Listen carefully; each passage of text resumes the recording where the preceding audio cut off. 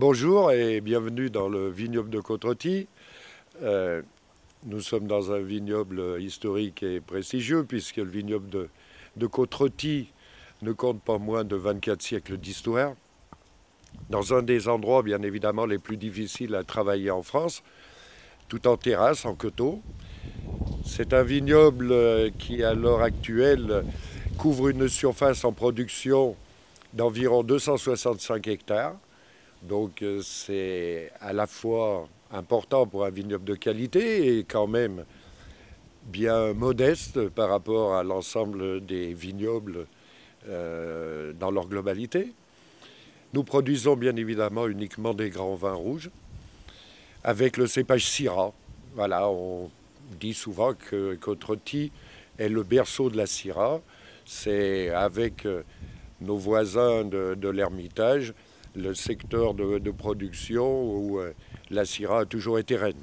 Au jour d'aujourd'hui, le vignoble est réparti sur un certain nombre de producteurs. Il y a à peu près une quarantaine d'embouteilleurs dans le vignoble, et puis quelques grosses unités de production. Nous avons bien évidemment des vinifications pour des vins de garde, de longévité, donc des macérations assez longues, de l'ordre de 15 jours, 3 semaines, voire un mois pour certaines cuvées.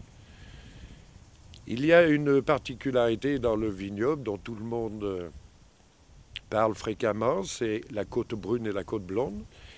Et là, il faut savoir que la côte brune et la côte blonde sont deux lieux-dits bien délimités à l'intérieur du vignoble de Côte-Rôtie.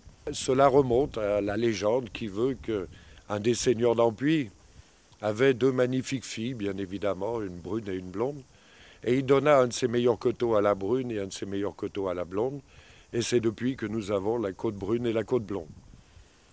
Alors, en dehors de cette légende, il y a quand même également des réalités au niveau des sols, des expositions. Alors, sur la côte brune, c'est la partie du vignoble qui est le plus plein sud et qui est avec au niveau des sols à dominance de micaschiste avec des taux d'oxyde de fer un petit peu plus importants, ce qui donne toujours un peu plus de force et de puissance au vin de ce secteur-là. Sur la côte blonde, les géologues nous disent que nous sommes sur des genèses où nous avons un peu moins d'oxyde de fer et qui par contre donnent des vins plus généreux au niveau aromatique avec plus d'expression peut-être de parfum dans les premières années. Beaucoup d'autres noms de lieux-dits dans le vignoble de Côte-Rôtie à découvrir ou à redécouvrir à l'occasion d'une de vos venues.